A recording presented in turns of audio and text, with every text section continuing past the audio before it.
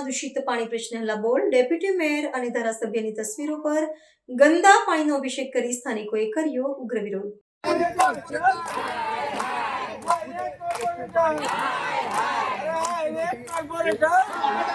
વડોદરા મહાનગરપાલિકાના વહીવટીતંત્ર સામે ફરી એકવાર પીવાના પાણીની ગંભીર સમસ્યાને લઈને નાગરિકોનો રોષ ભભૂકી ઉઠ્યો છે।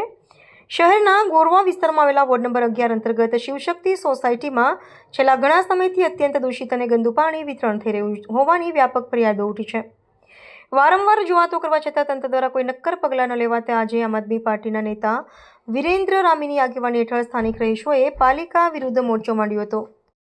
આમ આદમી પાર્ટીના નેતા વિરેન્દ્ર રામીની આગેવાની હેઠળ સ્થાનિક રહીશોએ પાલિકા વિરુદ્ધ મોરચો માંડ્યો હતો અને ઉગ્ર સૂત્રોચ્ચાર સાથે વિરોધ પ્રદર્શન કર્યું હતું। આ વિરોધ પ્રદર્શન દરમિયાન સ્થાનિકોએ ગાંધી ચિંધ્યા માર્ગે પણ આક્રમક રીતે પોતાની વેદના વ્યક્ત કરી હતી। આંદોલનકારીઓએ વર્તમાન ડેપ્યુટી મેયર અને સ્થાનિક કાઉન્સિલર ચિરાગ બારોટ તથા વિસ્તારના ધારાસભ્ય કે રોકડિયાની તસવીરો ખુરશી પર મૂકી તેના પર ગંદા પાણીનો જળાભિષેક કરી પ્રતિકાત્મક રીતે પોતાના રોષને વાચા આપી હતી।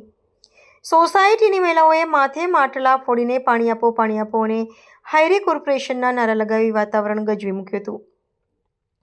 રહીશોનો આક્ષેપ છે કે પ્રાથમિક સુવિધાના નામે માત્ર પોકળ વચનો જ મળી રહ્યા છે। આમ આદમી પાર્ટીના નેતા વિરેન્દ્ર રામીએ તંત્રને સીધી ચીમકી ઉચ્ચારતા જણાવ્યું હતું કે જો દૂષિત પાણીની આ સમસ્યાનું તાત્કાલિક અને કાયમી નિરાકરણ લાવવામાં નહીં આવે તો આંદોલન વધુ ઉગ્ર બનાવવામાં આવશે। તેમણે ચેતવણી આપી હતી કે હવે પછીનો કાર્યક્રમ મ્યુનિસિપલ કમિશનરની કચેરીએ યોજાશે અને કમિશનરનો પણ ગંદા પાણીથી અભિષેક કરવામાં આવશે। જનપ્રતિનિધિઓ અને અધિકારીઓની નિષ્ક્રિયતા સામે લોકોમાં ભારે નારાજગી પ્રવર્તી રહી છે ત્યારે પાલિકા તંત્ર હવે કેવા પગલાં લે છે તેના પર સૌની નજર છે। કોરવા વિસ્તાર છે। સમસ્યા અમારે ગંદા પાણીની તો છેલ્લા 6 મહિનાથી છે, ગટરની તો છેલ્લા 10 વર્ષથી છે એવું કહીએ તો પણ ચાલે। ગટરની સુવિધા અમને જ્યારથી આવસોમાં રહ્યા ત્યાંથી અમને મળી જ નથી અને એક રોડની તકલીફ છે અમને।